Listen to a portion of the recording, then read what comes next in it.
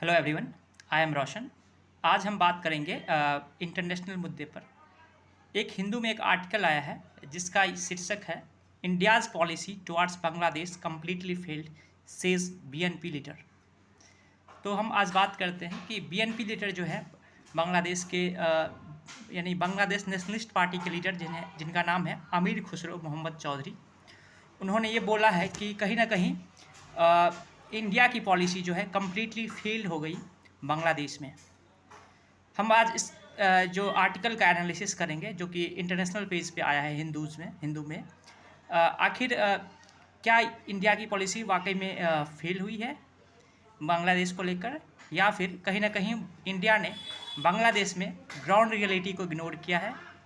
हम इस बात पर बात करते हैं कि क्या बांग्लादेश में जो है भारत की जो नीति रही है, कहीं ना कहीं भारत जो है क्या जो प्रेजेंट स्थिति है उसको समझने में या उसको जो है कहीं ना कहीं इग्नोर करती रही, और जब सत्ता परिवर्तन हो गया है आज, तो क्या भारत अपनी जो साख है वो बचाए रख सकता है। तो इसी सब मुद्दों पर हम बात करेंगे। तो सबसे पहले हम देखते हैं कि उन्होंने क्या कहा है। जो बीएनपी लीडर हैं यानी कि बांग्लादेश नेशनलिस्ट पार्टी के लीडर, उनका नाम अमीर खुसरो मोहम्मद चौधरी है। उन्होंने बोला है कि इंडिया जो है इग्नोर किया political pulse of the ground. That is कि इंडियन जो डिप्लोमेट्स थे, जो कि पावरफुल सिविल सर्वेंट्स होते हैं जनरल, उन्होंने जो है कहीं ना कहीं पॉलिटिकल पल्स जो ग्राउंड में जो चेंज हो रही थी उसको इग्नोर किया है। उनका एक्यूजिशन ये है कि बांग्लादेश में जो प्रिवेलिंग पॉपुलर सेंटिमेंट था उसको इंडिया ने अप्रिशिएट नहीं किया। कहीं ना कहीं इंडिया जो है शेख हसीना के पक्ष में पिछले एक दशक से कहीं ना कहीं एक इनेबलर का काम करता रहा, कहीं ना कहीं उनको जिताने का काम करता रहा। उन्होंने ये भी एलिगेशन लगाए कि all 3 elections in the last decade were fraudulent. उनका ये भी कहना है कि जो पिछले एक दशक में जो भी इलेक्शंस हुए दे आर या तो 2014 में, 18 में या 24 में, वो कहीं ना कहीं फ्रॉडुलेंट थे। कहीं ना कहीं इंडिया ने जो है शेख हसीना को जिताने के लिए एक इनेबलर का रूप लिया, और कहीं ना कहीं जो प्रेजेंट स्थिति है ग्राउंड पे आज कि बांग्लादेश में जो शेख हसीना के प्रति जो आक्रोश था और जिसका ये परिणाम हुआ कि उनको भागना पड़ा वहाँ से, तो इन सब में जिम्मेदार जो है कहीं ना कहीं इंडिया मूक दर्शक बनी रही और कहीं ना कहीं फैसिलिटेट किया बांग्लादेश को। तो यही सब उन्होंने इंडिया को बताया है।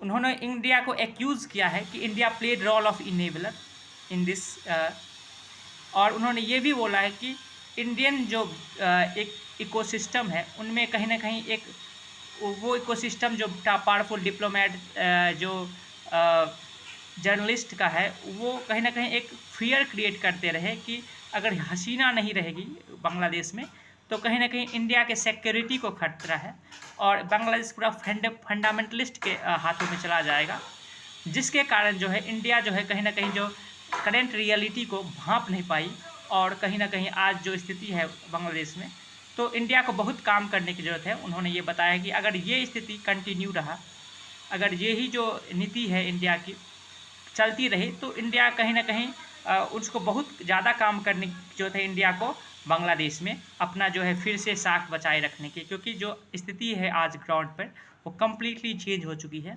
बांग्लादेश में जो है नए लीडर बन चुके हैं। यूनिस खान जो है अभी उसके एडवाइज़र हैं, और उसमें जो है नए नए जो लोग आए हैं। तो कहीं ना कहीं हसीना के जो अवामी लीग थी उसको भी कम्प्लीटली जो है बैन कर दिया गया है। कहीं ना कहीं वो उनको जो है मार के भगा दिया गया है, उनके लीडर्स वगैरह को। तो कम्प्लीटली जो है चेंज हो गया है, ड्रास्टिक 360 डिग्री का जो है चेंज हुआ है, 180 डिग्री का। तो आप देख सकते हैं कि कहीं ना कहीं बांग्लादेश में जो है इंडियन डिप्लोमेटिक चाहे जर्नलिस्ट जो भी थे, जो कि पॉलिसी मेकर्स हैं, कहीं ना कहीं इस रियलिटी को समझने में नाकामयाब रहे, और कहीं ना कहीं उन्होंने जो है बांग्लादेश में डेमोक्रेसी को जो है आगे बढ़ने नहीं दिया। ये भी एक्यूजिशन उन्होंने लगाया है, और उन्होंने ये भी एक्यूजिशन लगाया है कि जो जनवरी में इलेक्शन हुए थे इस साल 2024 में, वो कहीं ना कहीं पूरे फ्रॉडलेंट थे। उसमें विपक्ष ने उसको बाइकआउट भी किया था, लेकिन जिस तेज़ी से इंडिया ने उस रिजल्ट को एक्सेप्ट किया, उस पर भी उन्होंने सवाल चिन्ह खड़े किए कि कहीं ना कहीं गवर्नमेंट ऑफ इंडिया जो है बांग्लादेश में सिर्फ़ और सिर्फ शेख हसीना को देखना चाहती थी, और कहीं ना कहीं जो है ये वो बताना चाहते हैं कि बांग्लादेश में जो है अब जो है इंडिया की स्थिति अभी वो नहीं रही है, क्योंकि इंडिया ने कहीं ना कहीं जो है डेमोक्रेसी के लिए काम नहीं किया, सिर्फ और सिर्फ एक पार्टी को इनेबल करने के लिए काम किया था। तो ये एक कंप्लीट जो है उनका ये कहना है कि जो बांग्लादेश में इंडिया की पॉलिसी रही है वो कंप्लीट फेल हो गई है। तो आज हम ये बात करते हैं बांग्लादेश और इंडिया जो है कहीं ना कहीं जब से बांग्लादेश का उदय हुआ तब से जो है हमारे एक अच्छे मित्र में से माना जाता है। पड़ोसी देशों में सबसे जो अच्छा संबंध हमारा है अभी भी वो बांग्लादेश के साथ हुआ है। तो अब जब स्थिति चेंज हुई है कम्प्लीटली, तो हमें जो है हमारे जो डिप्लोमेट्स हैं, हमारे जो पॉलिसी मेकर्स हैं, उनको मोर प्रोएक्टिवली जो है इंगेज करना पड़ेगा नए लीडर के साथ। करंट रियलिटी को समझना पड़ेगा। जो हो सकता है कुछ ग्रूजेस रहे हों जो विपक्ष के लोग हैं उनको, तो उसको डील करना पड़ेगा। क्योंकि देखिए अगर हमें अपना प्रभुत्व जो है बांग्लादेश में बचाए रखना है तो कहीं ना कहीं हमें करंट रियलिटी को समझना पड़ेगा कि अब जो है बांग्लादेश में जो है शेख हसीना की गवर्नमेंट नहीं है, अब जो है दूसरी पार्टी की गवर्नमेंट बन चुकी है। उसमें कुछ जो है अलग अलग तरीके के लोग हैं, कुछ फंडामेंटलिस्ट भी होंगे, उन सब से डील करना पड़ेगा ताकि इंडिया का जो सिक्योरिटी है, नेशनल सिक्योरिटी, उस पर आँच न आए। और हमेशा जो कॉर्डियल रिलेशंस रहा है इंडिया का 71 के बाद, जब से भारत ने जो है बांग्लादेश की आज़ादी में एक अहम भूमिका निभाई है, तो उस जो एक अच्छा जो क्रेडिट है इंडिया का वो बरकरार रहे। ऐसा ना हो कि जो क्रेडिट जो इंडिया का रहा है वो बर्बाद हो जाए। तो हमारे जो फॉरेन मिनिस्टर हैं श्री जयशंकर जी, वो खुद ही इतने बड़े डिप्लोमेट रहे हैं, तो उन्हें पता है चीज़ें। तो हम आशा करते हैं कि जो इंडिया जो है अब जो है आने वाले समय में जो करंट रियलिटी को समझते हुए चीज़ों को डील करेगा, मोर प्रोएक्टिवली डील करेगा। यहाँ कहीं ना कहीं इंडिया जो है लैकलस्टर रही चीज़ों को समझने में, ये चीज़ आप समझ सकते हैं। अभी आप हाल ही में आप ये भी देखते हैं कि पिछले 4-5 सालों में कहीं ना कहीं हमारा जो पड़ोसी देश है उसके साथ जो है जो फेवरेबल चीज़ें नहीं हुई है पिछले 4-5 सालों में। इससे पहले अफ़गानिस्तान में भी जब हुआ सत्ता परिवर्तन तो कहीं ना कहीं इंडिया पीछे रह गया, और अभी बांग्लादेश में हुआ है। तो कहीं ना कहीं जो है इंडियन डिप्लोमेट्स को और भी प्रोएक्टिवली काम करने की ज़रूरत है, ताकि जो है हमारी जो पॉलिसी मेकर, हमारी जो नेशनल इंटरेस्ट है वो जो है उसको कहीं ना कहीं मजबूती दिया जा सके।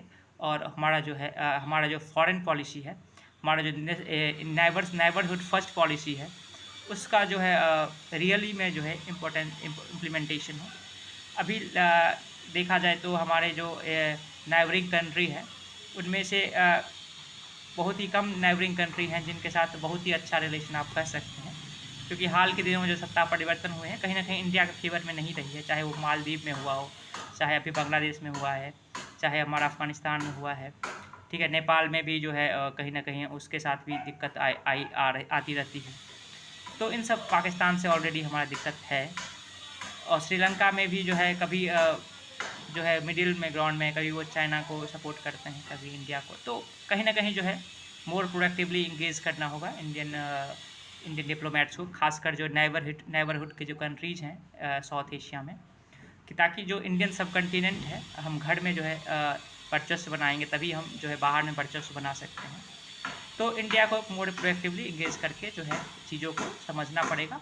और इनका जो ये आर्टिकल है अमीर खुसरो मोहम्मद चौधरी जो बीएनपी के लीडर है बांग्लादेश नेशनल पार्टी के, कहीं ना कहीं जो है ये कंसर्न दिखा रहे हैं कि जो है इंडिया ने जो 2014 से लेके अभी तक जो है बांग्लादेश में जो है शेख हसीना को फेवर किया, उनको जिताने का काम किया, और ग्राउंड रियलिटी को जो है समझा नहीं, और जिसके कारण जो है आज स्थिति ये है कि बांग्लादेश में कहीं ना कहीं इंडिया जो है वो बहुत काम करने की जरूरत है। तो ये रियलिटी भी है कुछ हद तक।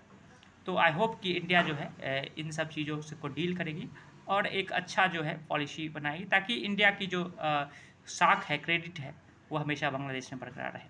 Thank you for watching the video. Have a nice day and please like and subscribe the video.